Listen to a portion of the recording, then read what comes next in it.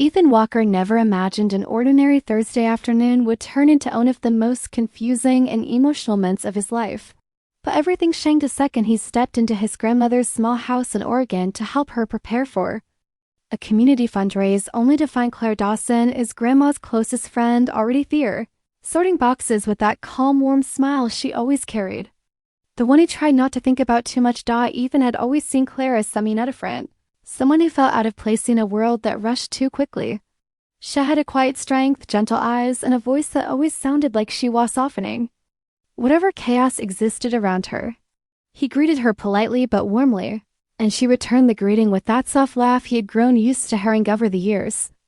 The air felt normal, comforting even, until his grandmother stepped out to take a phone call, leaving him and Clare alone in the living room. The afternoon sunlight filtered through the curtains, turning the place golden. And as they sorted decorations, Clare joked about how she wasn't great with arts and crafts.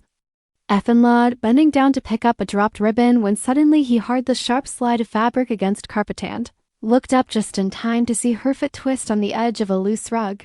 Clare didn't scream. She only gasped, but the sound shot straight through him, and without thinking he lunged forward, catching her by the arms before she could fall. Her breath trembled. Her knees buckled, and he guided her quickly against the wall, steadying her body with both hands, feeling her shake in surprise. "It's okay, I've got you," he said, hoping his voice sounded steadier than he felt. Clare tried to put weight in her foot, but the moment she shifted, she winced with a deep, soft sound that made him hold her a little closer so she wouldn't fall again. She whispered, "Wait, I can't move." And the words were simple, but something in her tone made the room change. Suddenly, everything felt closer, quieter, and strangely intimate, like the moment had pulled them out of the world and locked them into their own small space against fuel. Ethan wasn't prepared for how aware he became of the warmth of her arms beneath his hands, or how her breath brushed against his collar as she tried to steady herself. She looked embarrassed, cheeks flushed, eyes trying to avoid his, but she couldn't pull away, not without falling. So she stayed pressed gently against his hold, vulnerable in a way he had never seen her before. He kept reassuring her, telling her she was okay. And though she nodded, he could feel the tension in her body, the mix of pain and the anxiety often caught in such an unexpected close moment. She whispered that she didn't want to trouble him, that she didn't like being a burden. But he told her again and again that she wasn't, that he was glad he'd been there to catch her. He felt her slowly try toe shift again, but her ankle shook too much, and she winced harder, gripping his shirt with one hand without meaning to, pulling him a breath closer. That pull, that tiny accidental tug, made his own heartbeat stumble because it wasn't dramatic. It wasn't romantic in a loud or grand way, but it was real in a way that made him aware of her in a way he had never fully allowed himself to feel before. He tried to hide the rush-off emotion, focusing only on keeping her safe. She apologized again, this time quieter, almost a whisper, and he told her gently, "It's all right. Claire, lean in me until you're ready." She nodded, letting herself relax in his hold, her fingers still clutching his shirt lightly as if she didn't fully trust her legs. The sunlight shifted across her hair, and he had to force himself not to stare at her too long, worried she would catch the thoughtfulness in his eyes. There was no time to think too deeply about it, though, because she tried again to stand on her own, only for her ankle to shake once more, and she winced so sharply that he instinctively let out his grip, refusing to let her fall even an inch. Claire inhaled sharply as pain flashed across her face, and she whispered, "Not yet, I still can't." Her voice trembling just enough to break something small and quiet inside him, something he didn't fully understand yet. Trapped in that moment with her leaning on him, their breaths closed, the world seemed to slow, and Ethan became aware of every tiny detail. The warmth off her shoulder against his chest, that faint scent of vanilla and laundry detergent in her hair, the softness of her breath brushing his neck as she tried to steady herself, the trembling in her hand that still held on to him for support. She wasn't dramatic, she wasn't helpless. She was simply human in a way he had never seen her, and that closeness of it wrapped tightly around his chest. He told her they should move slowly, that he could help her to the sofa if she wanted, and she nodded again, trusting him completely. He guided her carefully step by step, his hand still steady on her back, her still gripping his arm. And that small connection felt easier than he expected. like something didn't want to let go of too soon. Every step she took sent a tiny tremor through her, and every time Chef flinched, he paused and waited patiently, talking to her softly to keep her calm. She told him she hated moments like this, hated feeling weak. And Tess shook his head, telling her she wasn't weak at all, that anyone could twist an ankle. She laughed lightly at that, though it was a shaky laugh, and thanked him again, her voice warm but strained out when they finally reached the sofa and helped her sit. She inhaled slowly, the relief in her expression clear.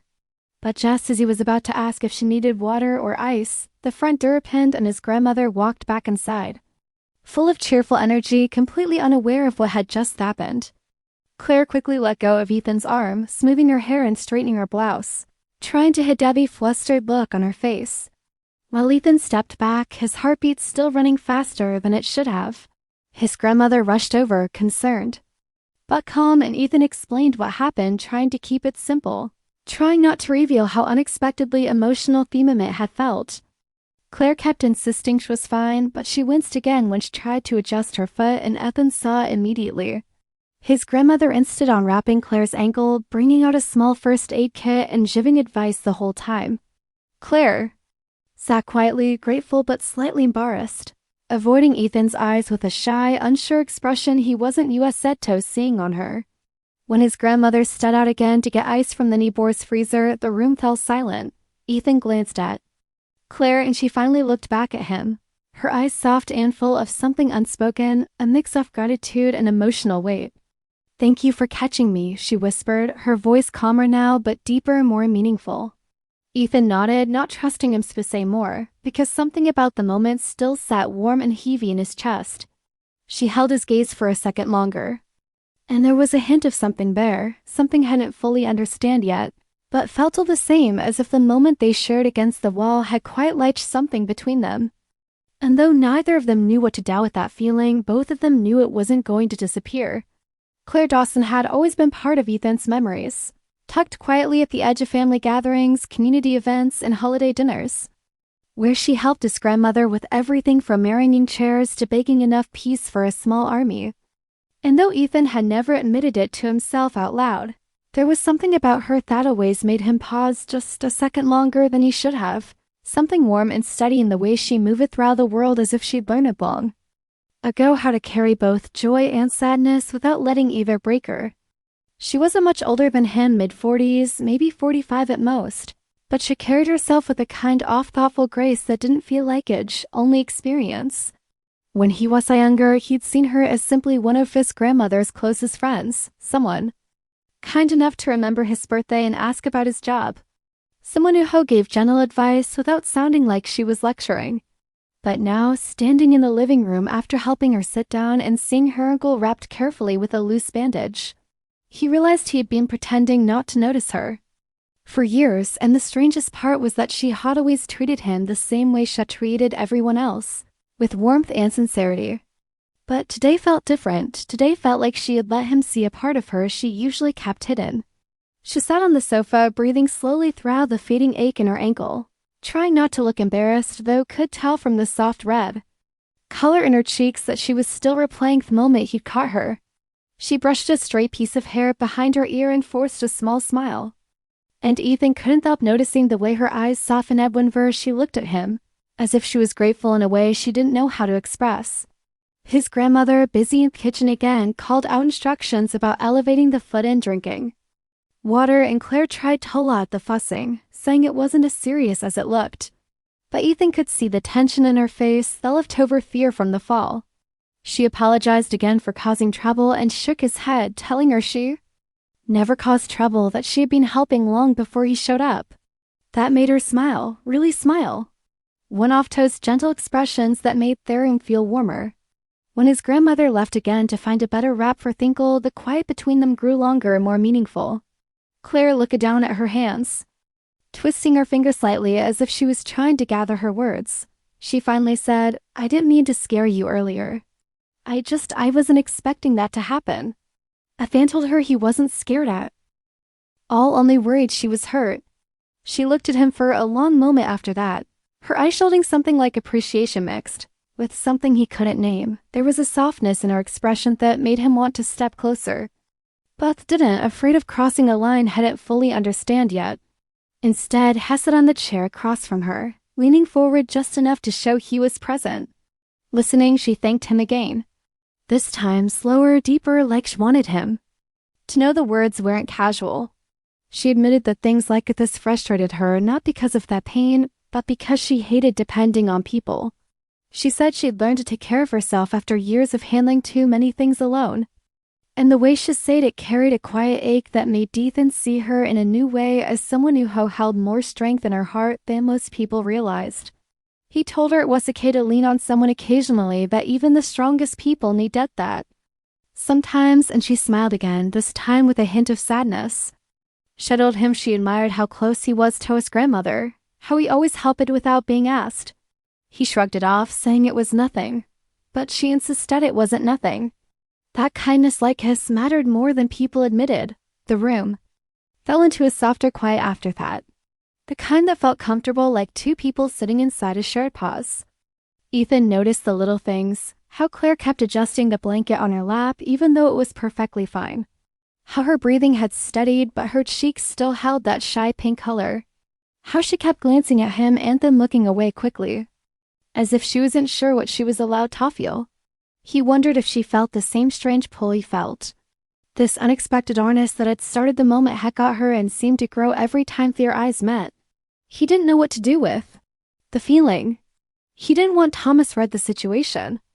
Didn't want to make things awkward for his grandmother, for Claire, but he couldn't ignore the way his chest felt warm every time she spoke softly or the way his thoughts kept drifting to her, even when he tried to focus on something else.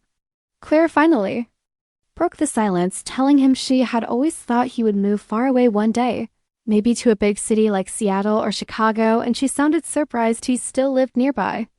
Ethan laughed gently, saying life didn't pull him as far as he once thought it would. She nodded like she understood that more deeply than she let on.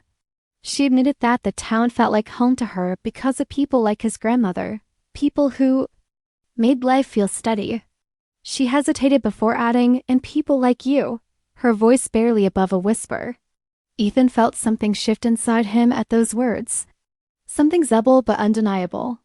He wanted to ask what she meant, but she looked down quickly, almost shy, and he didn't want to push her. Instead, he reached out to adjust the pillow under her injured foot. And when his hand brushed hers accidentally, she froze for half a second. Not in fear, but in something like surprise, and then she relaxed, offering a small, grateful smile that made his heartbeat stumble all over again. His grandmother returned a moment later with a better wrap and a lecture about resting for the rest of the day, and Claire listened politely, nodding while Ethan sat beside them, trying to steady the thoughts rushing through his head. Claire insisted. She didn't want Tobin inconvenience, but his grandmother told her she was family. And that word family hit Ethan unexpectedly, making him realize just how long Claire had been part of their world. How familiar she'd always felt. As his grandmother wrapped Claire's ankle, Ethan caught Claire watching him again, her expression softer than before, almost grateful in a way that felt personal. When his grandmother stepped out once more, tones were the doorbell. Claire exhaled slow, letting her shoulders sink back into the sofa. Ethan asked softly if she was okay, and she nodded, saying, "I'm just thinking. Today didn't go the way it planned." He replied, "Me neither." And something in the way he said it made her look at him with a deeper kind of understanding. She whispered that moments like these made life feel strange. How something small could change the rhythm of a day. How closeness could arrive without warning. Ethan didn't know how to answer with retrievaling too much. So he just nodded, hoping she could see what he couldn't say out loud. The last quiet pause between them stretched long and warm, filled with unspoken thoughts and desolate hope.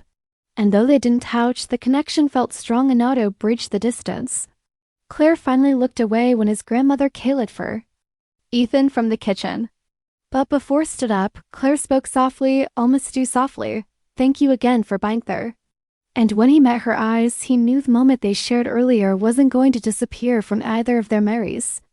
Claire tried to stand on her own again after a few minutes, insisting she didn't want to keep everyone busy with her accident. But the moment her foot touched the floor, a sharp tremble ran through her ankle. And before Ethan could even think, she grabbed his shirt with a tight, instinctive hold.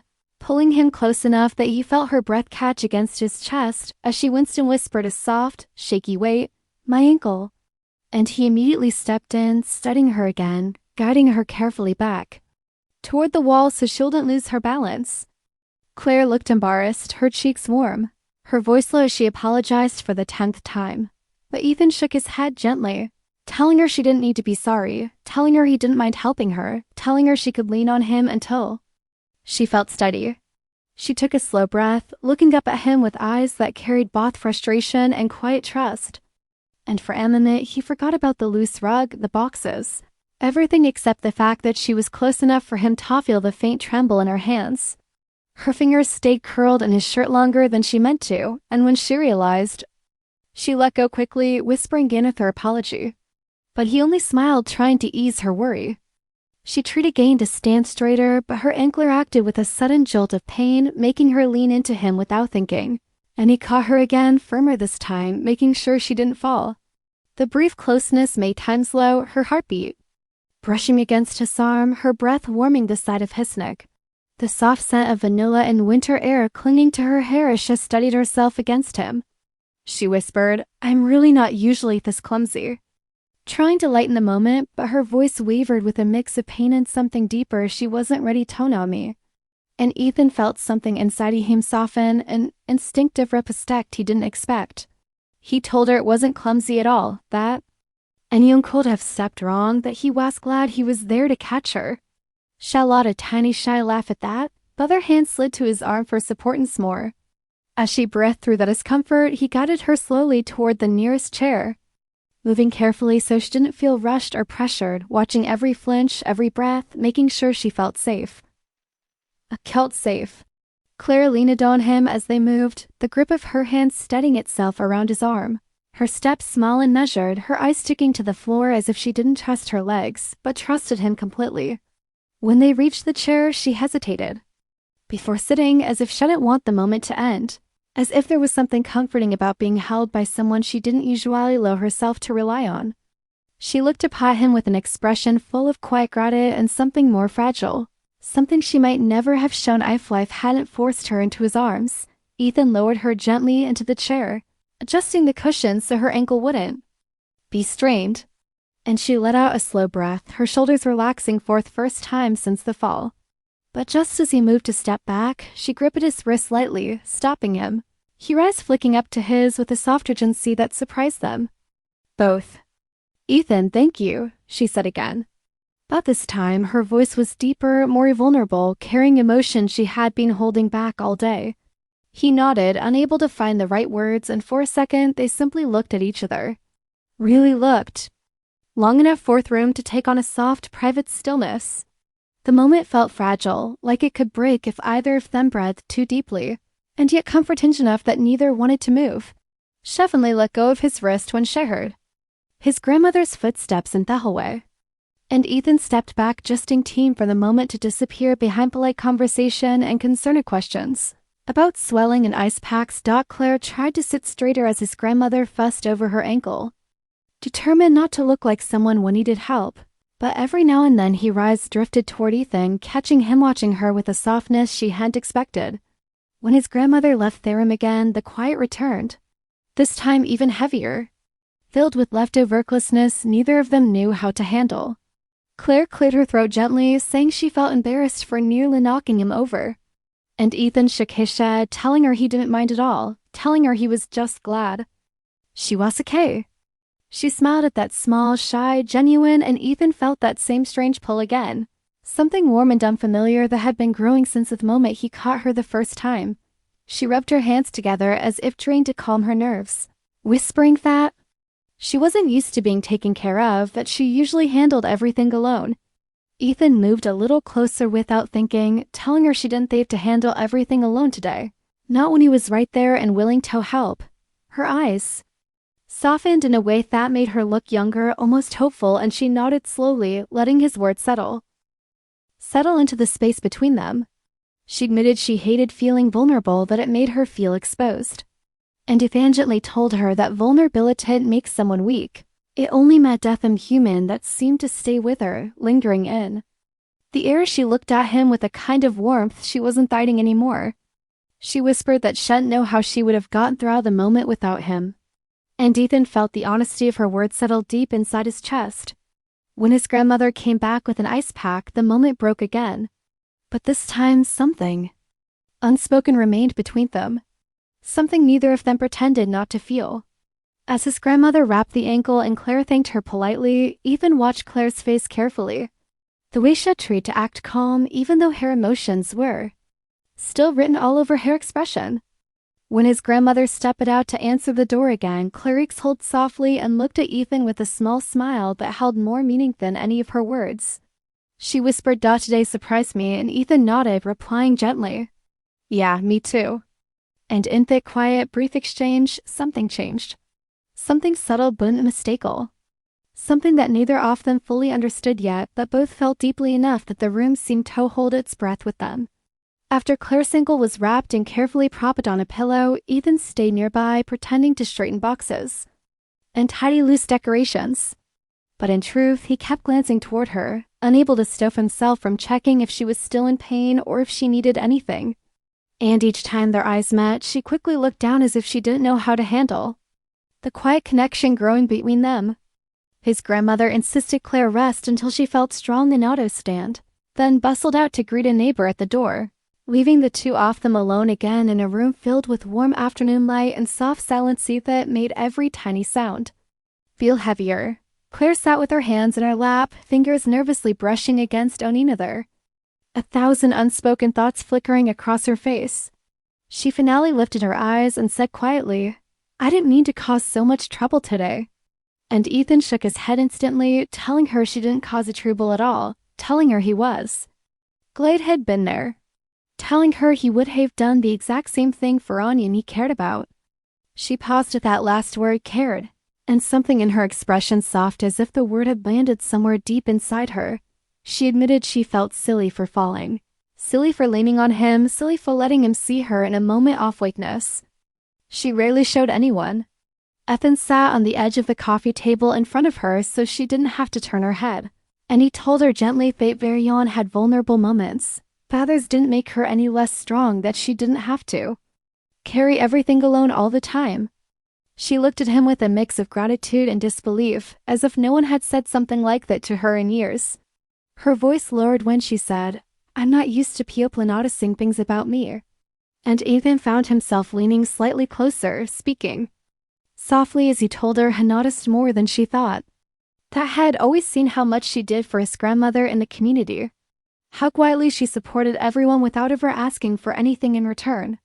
She blinked fast, her eyes turning shiny for a moment before she looked down at her hands again, whispering, "That's kind of you to say." Ethan didn't push her to meet his eyes. He just stayed near, giving her space while letting her know wasn't going anywhere. The room stayed warm and gentle, filled with alcohol that felt like it belonged only to them. After a moment, Claire quietly admitted that she had been feeling lonely lately. Not because she didn't have friends, but because she often felt like she was living life in the background, always helping, rarely being helped. Ethan listened carefully, his expression soft, and he told her that she didn't deserve to be in the background, that she had more presence, kindness, and strength than most people he knew. She smiled at that, a real slow smile that made her look both beautiful and vulnerable in a way Ethan wasn't expecting. She said, "You're too sweet."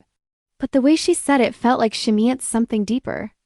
Ethan shrugged lightly, saying he was only being honest, and that made her laugh softly, the first relaxed sound she'd made since the fall. When she looked at him again, there was a new warmth in her eyes, something gentle and searching. She said, "Today." Felt strange, but not in a bad way. Ethan nodded, agreeing quietly, telling her he felt the same, telling her he hadn't expected the day to shift the way it had, but he didn't regret any moment of it. She held his gaze longer this time, and the air between them grew thick with something unspoken, something that felt like hope mixed with fear, something fragile yet steady. She started to say something. Ethan saw her kneel softly, as if she was gathering courage. But before the words came, his grandmother shouted from the porch, breaking the moment like a soft crack across the air. Claire looked away quickly, trying to hide the warmth in her face. And Ethan stood up slowly, not wanting to move, but knowing he had tones or He asked gently if she needed anything before he went to help his grandmother. And she shook her head, giving him a small smile that carried a quick message he couldn't fully ready it. He walked toward the door, but before he stepped out, he glanced back in more time. Claire was watching him with an expression she didn't hide fast enough. Something thoughtful, something tender, something that looked suspiciously like a feeling she wasn't ready to speak aloud.